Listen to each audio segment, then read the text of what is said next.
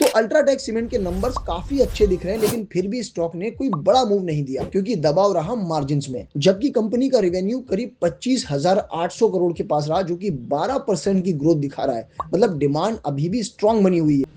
इसीलिए प्रॉफिट में सीधा 20% की जंप दिख रही है, यानी 2983 करोड़ रुपए इस क्वार्टर में प्रॉफिट पोस्ट किया है, जो कि लास्ट ईयर से बहुत ज्यादा है। मतलब सॉलिड जंप दिखाई दे रही है। वॉल्यूम में भी 9% की ग्रोथ दिख रही है, जो कि दिखाता है कि सीमेंट सेक्टर में अभी भी डिमांड स्लो नहीं है। लेकिन प्रॉब्लम की बात है कंपनी के मार्जिन में, जो कि 22% से गिरकर रह गए सिर्फ 20% पर। जबकि कंपनी ज्यादा सामान भी बेच रही है, कमा भी रही है, लेकिन फिर भी कॉस्ट में प्रेशर दिख रहा है, स्पेशली फ्यूल, लॉजिस्टिक्स में, जो मार्जिन को दबा रहे हैं। तो ओवरऑल पिक्चर स्ट्रांग ही दिख रही है, बॉटम लाइन भी, वॉल्यूम्स भी, बट प्रॉब्लम्स है मार्जिन में। और इसी वजह से स्टॉक ने रिएक्शन भी मिक्स्ड ही दिया है, कोई बड़ा मूव नहीं आया मार्केट के दौरान। तो सिंपल लैंग्वेज में अल्ट्राटेक सीमेंट आज भी इंडिया का सीमेंट किंग है। ऐसी वीडियोस के लिए मार्केट फंडी को सब्सक्राइब कर लो।